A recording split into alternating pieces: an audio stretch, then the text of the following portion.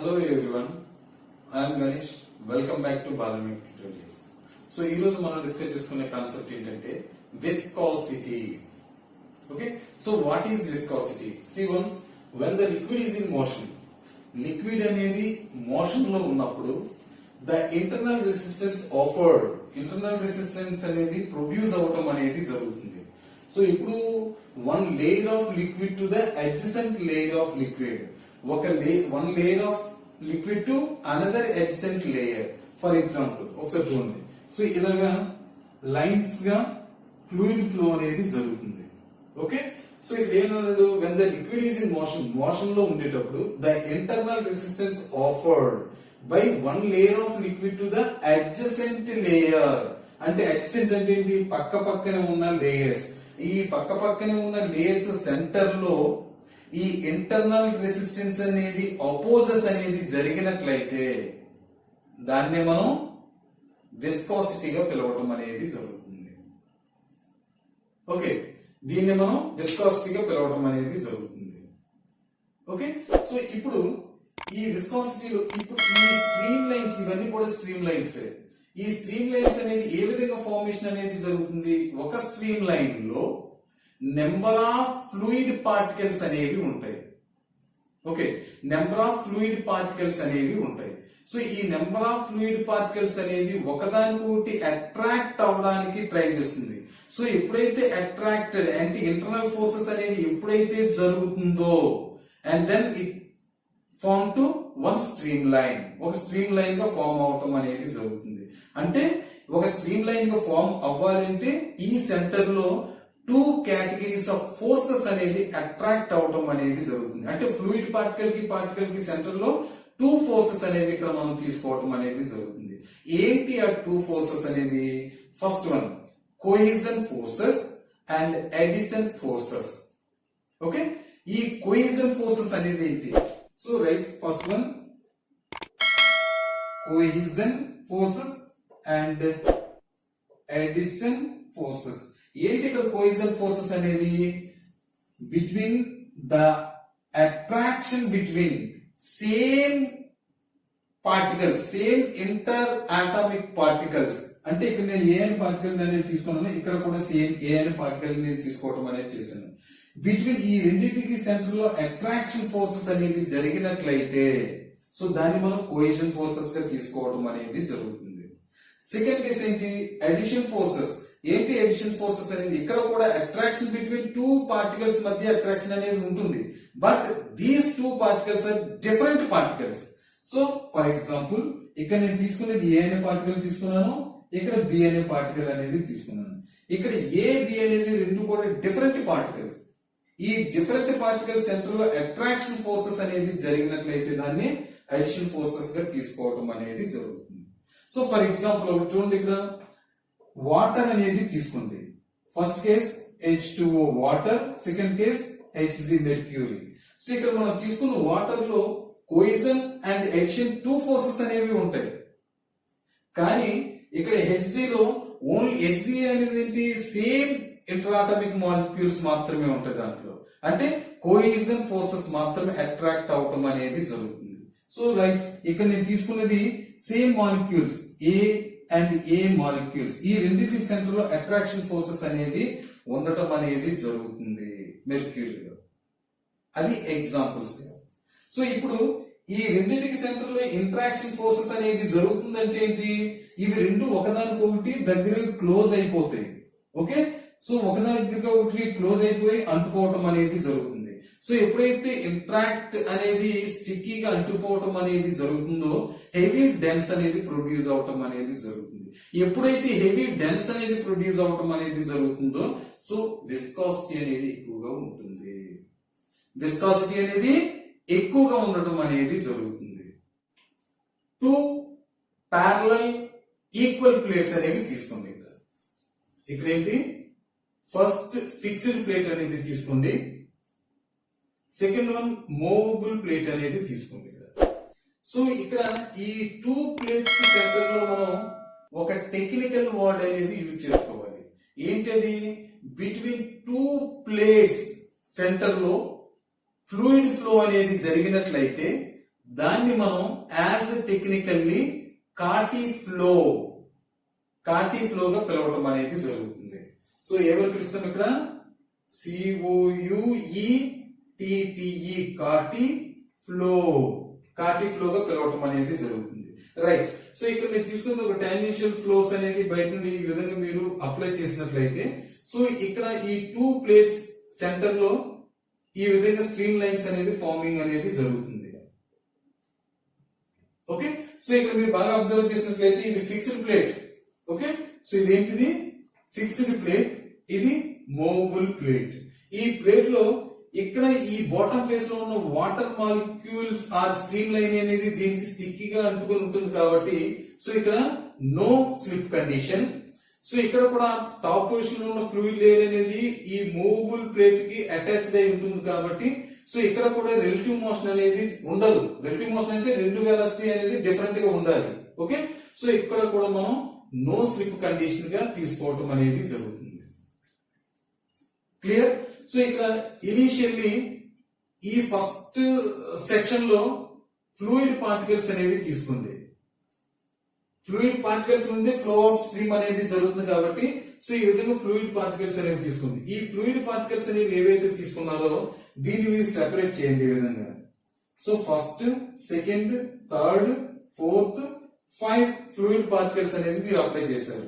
చేసినట్లయితే మీరు ఒకసారి చూడండి, ఇది ఫిక్స్డ్ ప్లేట్, ఇది మూవబుల్ ప్లేట్. ఫిక్స్డ్ ప్లేట్ దగ్గర వెలాసిటీ అనేది ఎంత ఉంటుంది? 0. ఓకే. అంటే ఇక్కడ వెలాసిటీ అనేది 0 ఉంటుంది.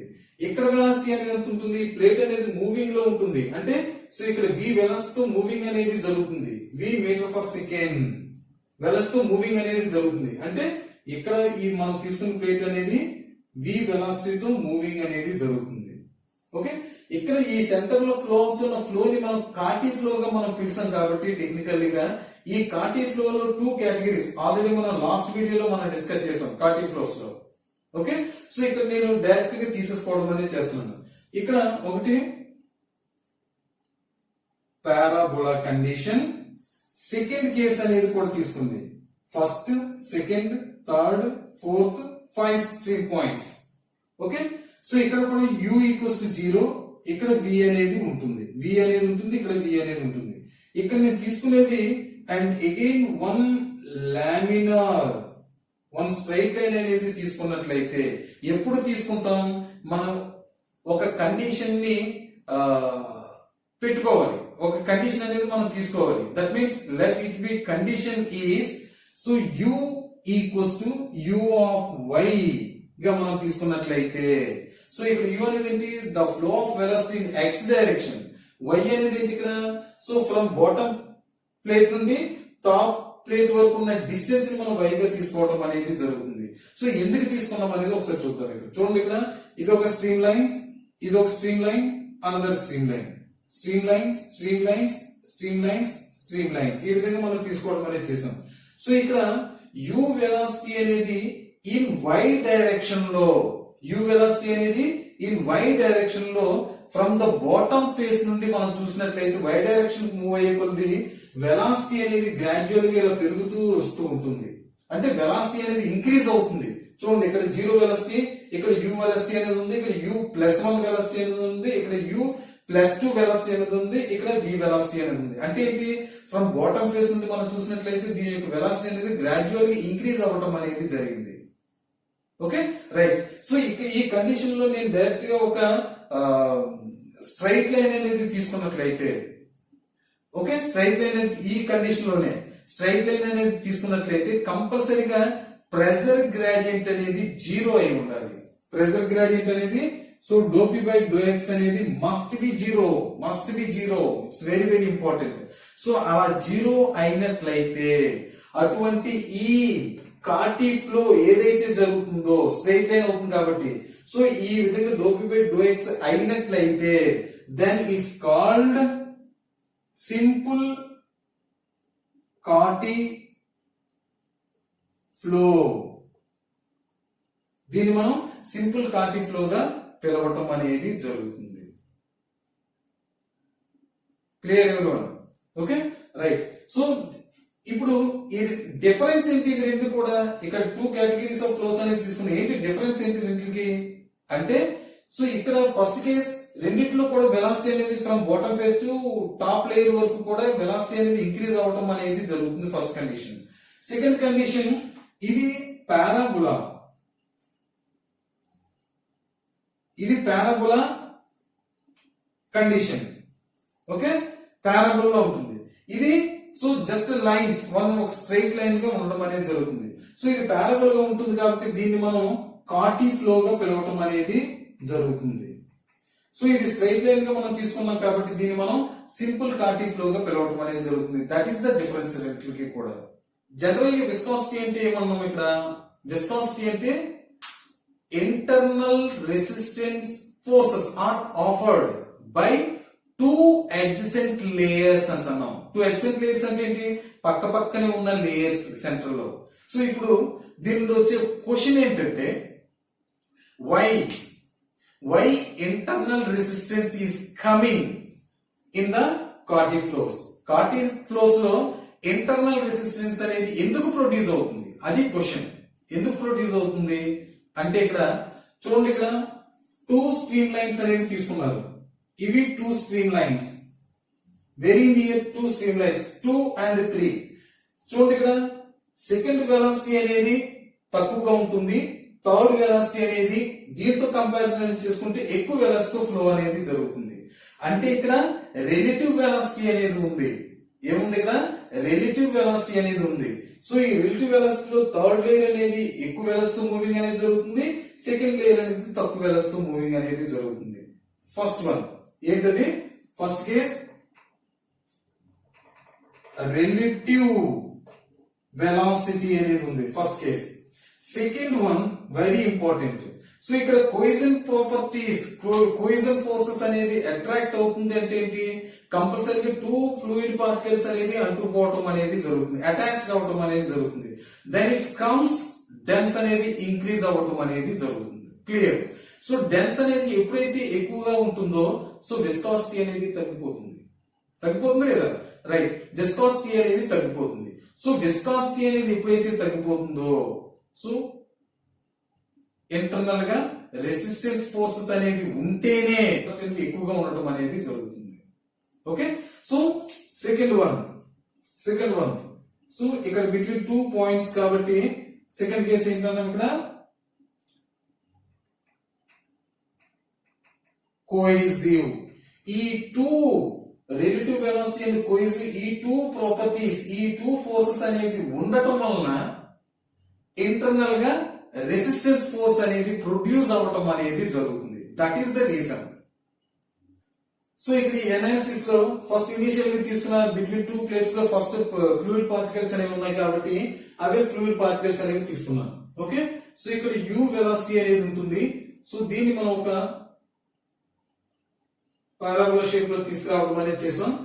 So first stream, second stream, third stream, fourth stream, fifth stream. So ఇక్కడ ఫిఫ్త్ అనేది v velocity. Okay, so the viscosity is in between two adjacent layers. So u equals to 0, 1, 2, 3, 4, 5. So between 2 and 3 గా మనం తీసుకున్నట్లయితే ఇక్కడ ఇవి రెండు కూడా adjacent points. Okay, so ఇక్కడ సెకండ్ స్ట్రీమ్ లైన్ అనేది u వెలాసిటీతో మూవింగ్ అనేది జరిగినట్లయితే సో దీనిపైన ఉన్న దీంతో ఎక్కువ వెలాసిటీ అనేది ఉంటుంది కాబట్టి సో u ప్లస్ du వెలాసిటీతో థర్డ్ లేయర్ అనేది మూవింగ్ అనేది జరుగుతుంది అని అనుకున్నాం. ఓకే, సో ఇప్పుడు దీనికి అట్ dt టైంలో సో దీని యొక్క వెలాసిటీ అనేది ఏ విధంగా ఉంటుంది? dt టైంలో ఇది same velocity. Okay, first stream, second stream, third stream, fourth stream, fifth stream. Okay, so చూడండి ఇక్కడ ఈ కండిషన్ 2 and 3 అనేది తీసుకున్నాం. అట్ dt టైంలో ద వెలాసిటీ ఫ్లో అనేది ఏ విధంగా ఉంటుంది? u into dt. సో పైన ఉన్నది ఏంటి? u plus du. So u plus du into dt. ఇవి 2 adjacent layers. ఇవేంటివి? ఇవే 2 adjacent layers అని. ఓకే, సో దీన్ని యాజ్ ఇట్ ఈస్ గా ఈ ఫిగర్ మీరు బయట డ్రా చేయండి ఒకసారి.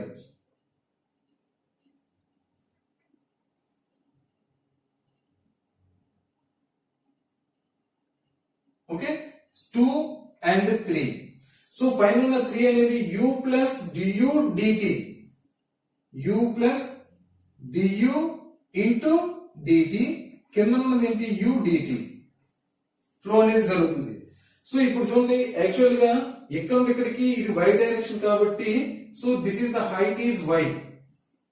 ఓకే, సో అంటే ఇది dy dy dy dy dy.